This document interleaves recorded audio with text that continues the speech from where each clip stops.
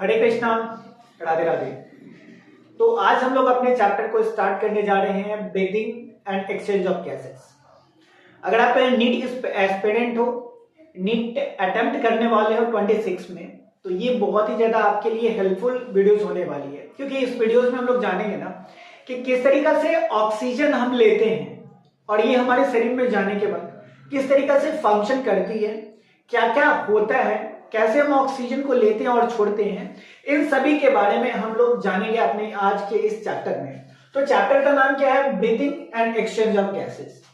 अगर हम लोग यहीं से स्टार्ट करते हैं, बहुत ही छोटे से स्टार्ट करते हैं, बहुत ही बोला जाता है ना कि एक फाउंडेशन से स्टार्ट करते हैं। अगर ऐसा समझ लीजिए कि आपको कुछ पता नहीं हो और आपको ये चैप्टर समझना है पूरी की पूरी तरीका से कि कैसे हम लोग ऑक्सीजन को और कार्बन डाइऑक्साइड को लेते हैं और छोड़ते हैं, इन बीच में क्या क्या प्रोसेस होता है। तो इसके लिए सबसे पहले तुमको समझना पड़ेगा क्या? ब्रीदिंग समझना पड़ेगा। देन हम लोग बात करेंगे कि एक्सचेंज ऑफ गैसेस का। और अगर देखा जाए तो ब्रीदिंग की अगर हम लोग बात करते हैं ना, तो एक्सचेंज ऑफ गैसेस अपने आप आपको समझ में आ जाएगा। ठीक है, देखो ब्रीदिंग को दूसरे वर्ड में हम लोग बोल सकते हैं यहां पर क्या? रेस्पिरेशन बोल सकते हैं। क्या बोल सकते हैं? रेस्पिरेशन। ठीक है, और जनरली आप लोग क्लास 10th में पढ़े होंगे कि ब्रीदिंग जो होता है ना, ये दो प्रोसेस से मिलकर बना होता है। ब्रीदिंग कितने प्रोसेस से मिलकर बना होता है? दो प्रोसेस को छोड़ दीजिए, उससे पहले ही आ जाते हैं हम लोग। जब भी ब्रीदिंग का याद आता है ना, तो ब्रीदिंग में क्या करते हैं कि हम लोग को दिमाग में आता है कि ब्रीदिंग कहने का मतलब ऑक्सीजन लेना और कार्बन डाइऑक्साइड क्या कर देना? छोड़ देना। ऑक्सीजन लेना और कार्बन डाइऑक्साइड छोड़ देना। तो ऑक्सीजन लेते हैं तो ये क्या कहलाता है? इनहेलेशन कहलाता है। क्या कहलाएगा? इनहेलेशन कहलाता है। यानी सांस को लेना क्या कहलाता है? तुम्हारा ऑक्सीजन को बॉडी में लेना, ये क्या कहलाता है? इनहेलेशन कहलाता है। और जब हम लोग क्या करते हैं, कार्बन डाइऑक्साइड को बॉडी से छोड़ते हैं, ठीक है, बाहर की ओर रिमूव करते हैं, तो ये क्या कहलाता है? तुम्हारा एक्सहेलेशन कहलाता है। ठीक है ना?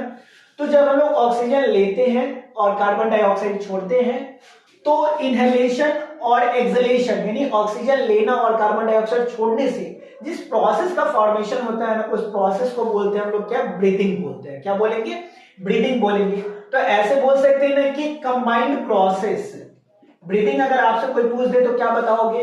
कंबाइंड प्रोसेस, ठीक है, of inhalation and exhalation is called तुम्हारा क्या? यहाँ पे ब्रीदिंग कहलाएगा। समझ में ये बात? अब यहां पे क्या कह रहा है तुम्हारा कि देखो ये ऑक्सीजन है और ये क्या है? तुम्हारा कार्बन डाइऑक्साइड है।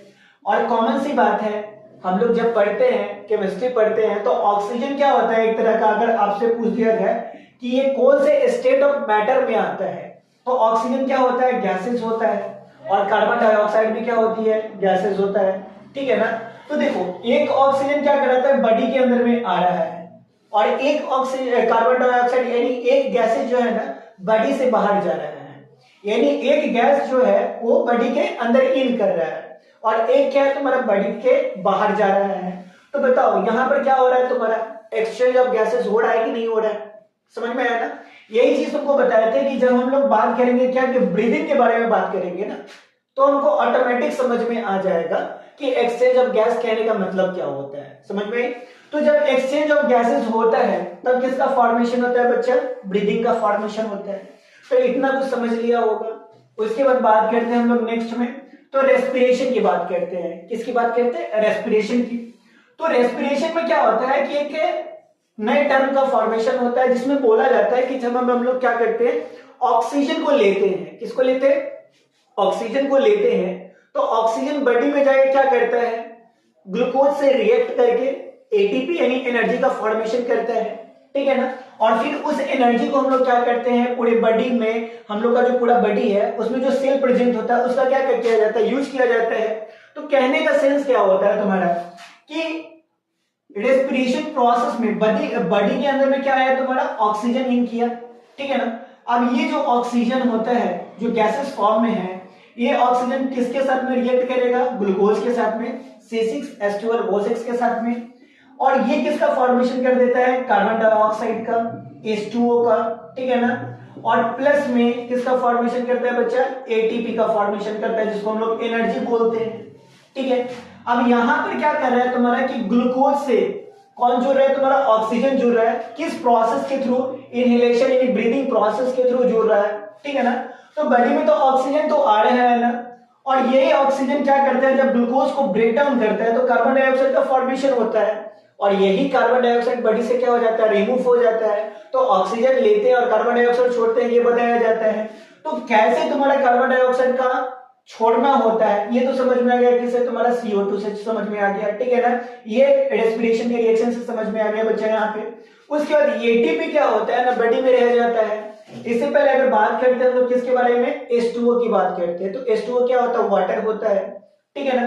अब ये जो वाटर है वो क्या होता है? लिक्विड के फॉर्म में, यानी कभी पेशाब के रूप में, यूरिनेशन के रूप में क्या करता है, शरीर से बाहर ये क्या होता है, रिमूव हो जाता है, ठीक है ना।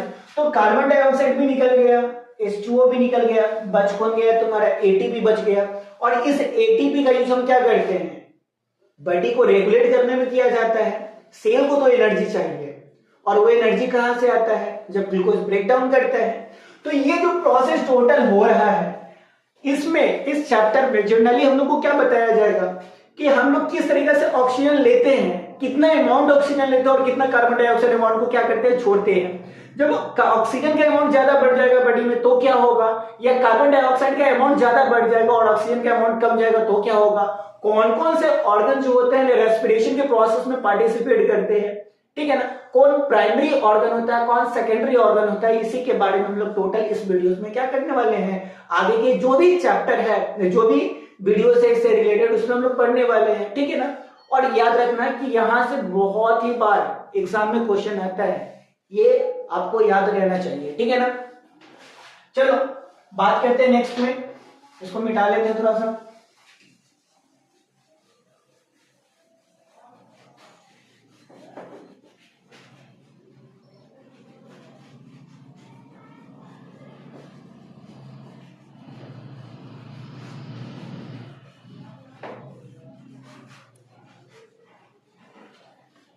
चलो बच्चा जी, अब हम लोग बात करते हैं ना टाइप्स ऑफ रेस्पिरेशन की बात करते हैं। किसकी बात करेंगे? टाइप ऑफ रेस्पिरेशन की, ठीक है। अभी रेस्पिरेशन में हम लोग क्या पढ़ा कि ग्लूकोज के साथ में जब ऑक्सीजन जुड़ता है तो ये कार्बन डाइऑक्साइड H2O और प्लस में ATP एनर्जी का फॉर्मेशन करता है, ये हमने सीखा, ठीक है ना। अब क्या करना है कि देखो ऑक्सीजन के बेसिस पर, किसके बेसिस पर बच्चा? ऑक्सीजन O2 के बेसिस पर अगर रेस्पिरेशन को हम लोग लेते हैं ना, तो रेस्पिरेशन को दो पार्ट्स में डिवाइड किया जाता है। कितने पार्ट्स में? दो पार्ट्स में। कितने पार्ट्स में? दो पार्ट्स में। एक तो हो जाएगा तुम्हारा क्या? एरोबिक रेस्पिरेशन हो जाएगा। क्या हो जाएगा बुआ? एरोबिक रेस्पिरेशन हो जाएगा, और एक एनारोबिक रेस्पिरेशन हो जाएगा, ठीक है ना। यानी एक रेस्पिरेशन क्या हो गया? एरोबिक रेस्पिरेशन, और सेकंड क्या हो जाएगा तुम्हारा? Anaerobic respiration. किसके बेसिस पर तुम्हारा? तो अगर ऑक्सीजन के बेसिस पर करे, किसमें तुम्हारा ऑक्सीजन पार्टिसिपेट कर रहा है, किसमें ऑक्सीजन पार्टिसिपेट नहीं कर रहा है, इसके बेसिस पर। तो एरोबिक कहने का मतलब ऑक्सीजन पार्टिसिपेट कर रहा है, ऑक्सीजन का प्रेजेंस है, तो इसको एरोबिक रेस्पिरेशन बोलेंगे। और एनारोबिक कहने का मतलब जिसमें ऑक्सीजन का प्रेजेंस न है, एब्सेंस है, तो उसको हम लोग क्या बोलेंगे? एनारोबिक्स बोलेंगे, ठीक है ना। जिसमें ऑक्सीजन का प्रेजेंस होगा उसको क्या बोलना है? एरोबिक्स बोलना है, और जिसमें ऑक्सीजन का एब्सेंस होगा उसको क्या बोलना है बाबू? यहाँ पे एनारोबिक्स बोलना है, जो हम लोग क्लास 10th में पढ़ चुके थे, ठीक है ना। इसके साथ में हम लोग देख रहे थे कि एरोबिक में क्या होता है कि जो ग्लूकोज होता है ना, वो ऑक्सीजन के प्रेजेंस में जब ब्रेक डाउन करता है तो जनरली क्या होता है कि यहाँ से कार्बन डाइऑक्साइड H2O और प्लस में ATP एनर्जी का फॉर्मेशन करता है। पता सही है नहीं है, ठीक है ना। यानी एरोबिक रेस्पिरेशन में क्या होता है, जब ऑक्सीजन के साथ में कौन रिएक्ट करता है? ग्लूकोज रिएक्ट करता है, और ग्लूकोज जब ब्रेक डाउन होता है ना, कंप्लीट ब्रेक डाउन होता है ना, तो ये किसमें टूटता है? कार्बन डाइऑक्साइड में, H2O में, और बोले तो किसमें? ATP में टूटता है। यही देखा जाए तो एनारोबिक्स में देखते हैं, तो एनारोबिक्स में क्या होता है कि जब ऑक्सीजन का एब्सेंस होता है, ऑक्सीजन प्रेजेंट नहीं होता है, तो जनरली ये फॉर्मेशन किसका करता है? लैक्टिक एसिड का फॉर्मेशन करता है, या एथेनॉल का फॉर्मेशन करता है। साथ में किसका फॉर्मेशन करता है? कार्बन डाइऑक्साइड का फॉर्मेशन करता है। तो एनारोबिक रेस्पिरेशन में जब ग्लूकोज ब्रेक डाउन होता है तो किसका फॉर्मेशन करता है, लैक्टिक एसिड का, एथेनॉल का, कार्बन डाइऑक्साइड का, ठीक है ना। लेकिन एरोबिक रेस्पिरेशन में जब ग्लूकोज टूटता है तो किसका फॉर्मेशन होता है, कार्बन डाइऑक्साइड का, H2O का और एटीपी का। उसके बाद एनर्जी की बात करते हैं तो एटीपी, जब एरोबिक रेस्पिरेशन होता है ना बच्चा, तो एरोबिक रेस्पिरेशन में 36 से 38 एटीपी मॉलिक्यूल का फॉर्मेशन होता है, ठीक है ना, इन आवर बॉडी में। लेकिन एनारोबिक रेस्पिरेशन को अगर देखा जाए तो इसमें कितना एटीपी का फॉर्मेशन होता है बाबू यहाँ पे, तो मिनिमम 2 मॉलिक्यूल्स ऑफ एटीपी का ये क्या करता है, फॉर्मेशन करता है, 2 मॉलिक्यूल्स एटीपी का फॉर्मेशन करता है। समझ में आया बात। उसके बाद अगर साइट देखा जाए एरोबिक रेस्पिरेशन का, क्या देखा जाए, साइट देखा जाए एरोबिक रेस्पिरेशन का, तो एरोबिक रेस्पिरेशन जो होता है ना वो जनरली कहां पे होता है, माइटोकॉन्ड्रिया में होता है। कहां पे होता है, माइटोकॉन्ड्रिया में। एरोबिक रेस्पिरेशन कहां पे होगा, माइटोकॉन्ड्रिया में, सिंपल है, ठीक है। लेकिन एरोबिक रेस्पिरेशन को अगर देखा जाए तो ये होता है बाबू कहां पे, साइटोप्लाज्म के अंदर में। कहां पे, साइटोप्लाज्म के अंदर में। तो ये था क्या, किसके बेसिस पर, ऑक्सीजन के बेसिस पर। जनरली इस चैप्टर में नहीं पढ़ना है, लेकिन हम तुमको बता रहे हैं कि ऐसा ऐसा इसमें क्या करना है, पढ़ना है। बात है समझ में, हाँ या ना बता, ठीक है। चलो जी, अगर थोड़ा लिखना हो तो लिख, ठीक है।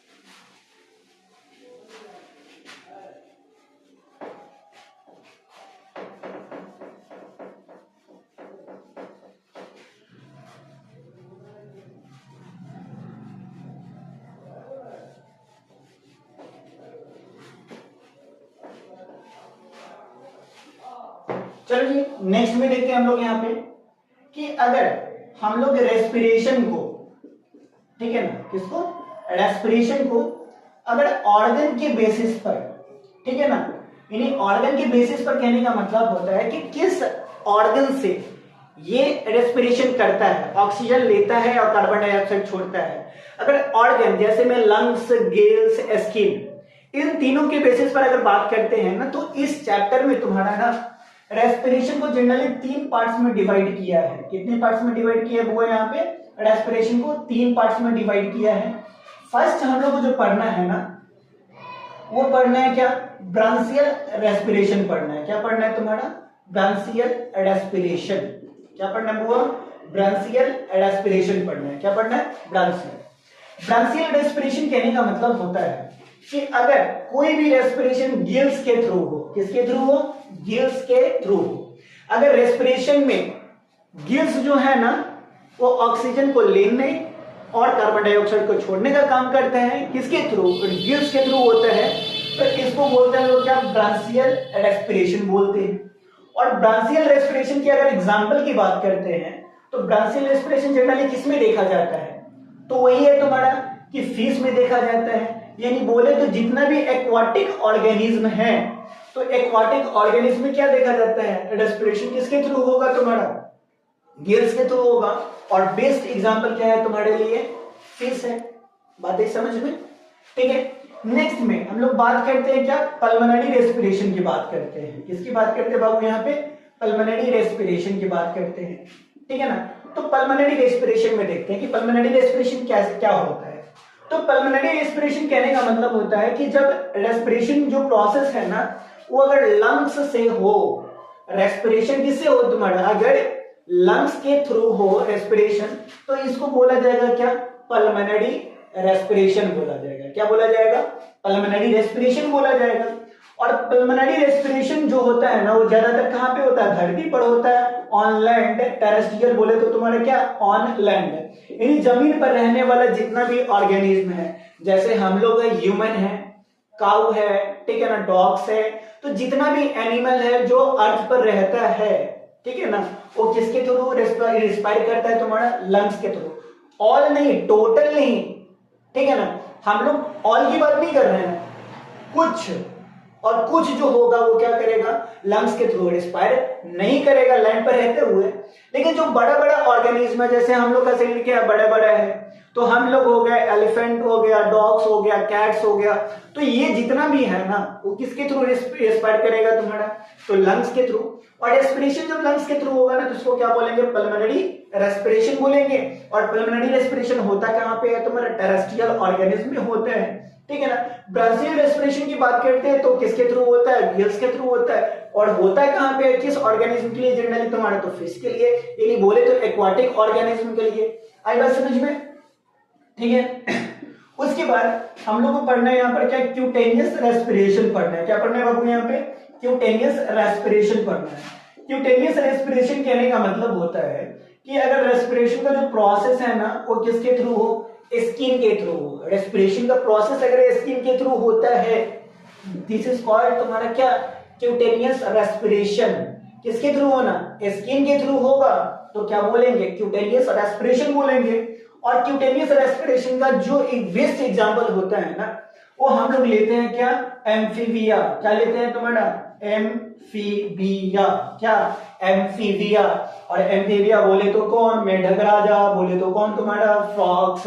और फ्रॉग जो है ना बाबू वो क्या करता है तुम्हारा, जब पानी के अंदर में रहता है या धरती के अंदर में रहता है तो ये किससे सांस लेता है, ऑक्सीजन किससे लेता है तुम्हारा, स्किन से लेता है, ठीक है ना। तो जनरली हम लोग क्या देखते हैं कि जो मेढक होता है ना, जब ज्यादा गर्मी होता है या जब ज्यादा ठंड होता है, अभी ज्यादा ठंड है तो मेढक आसपास नहीं दिखाई देगा। लेकिन जैसा ही देखना तुम्हारा कि होली के आसपास में लोग जब पहुंचते हैं, मार्च से होता है, फरवरी इंड होना शुरू होता है ना, धीरे धीरे जब गर्मी आती जाती है ना तो देखना कि मेढक एकदम तुम्हारे घर के आसपास देखना मिल जाएगा, ठीक है ना। तो जब ज्यादा अभी टेम्परेचर है तो वो क्या होता है, धरती के अंदर में समा जाता है, ठीक है ना। और धरती के अंदर में समा जाता है, जैसे हम लोग सोचते हैं कि हम लोग अगर धरती के अंदर में चल जाए ना तो हम लोग मर जाएंगे क्योंकि ऑक्सीजन ही मिलेगा। लेकिन उसका जो रेस्पिरेशन होता है ना वो किसके थ्रू होता है, स्किन के थ्रू होता है। यही कंडीशन होता है कि जब वो पानी में जाता है ना तो अपना मुंह से क्या करता है, ऑक्सीजन को लेना और देना नहीं होता है, वो स्किन से क्या करता है, ऑक्सीजन को लेता है और छोड़ता है। तो समझ में एक बात। तो एक तो एम्फीबिया में क्या है तुम्हारा, क्यूटेनियस रेस्पिरेशन होता है और साथ में ही पल्मोनरी रेस्पिरेशन भी किसमें होता है, एम्फीबिया में होता है। जब मेढक जमीन पर हो तो ये लंग्स के थ्रू करेगा तो इसको बोलेंगे पल्मोनरी रेस्पिरेशन बोलेंगे। और जब ये स्किन के थ्रू करते हैं दिस इज कॉल्ड क्या तुम्हारा, क्यूटेनियस रेस्पिरेशन। तो बताओ रेस्पिरेशन अगर ऑर्गन की बेसिस पर बांटा जाए तो कितने पार्ट्स में डिवाइड करोगे इसको, 3 पार्ट में डिवाइड करोगे। एक तो ब्रांचियल रेस्पिरेशन का, ठीक है ना, गिल्स याद रखना, पल्मोनरी रेस्पिरेशन लंग्स याद रखेंगे, और क्यूटेनियस रेस्पिरेशन जो होता है ना वो क्या याद रखेंगे बच्चा, स्किन याद रखेंगे। आई समझ में बात, आया ना, बता दे, ठीक है।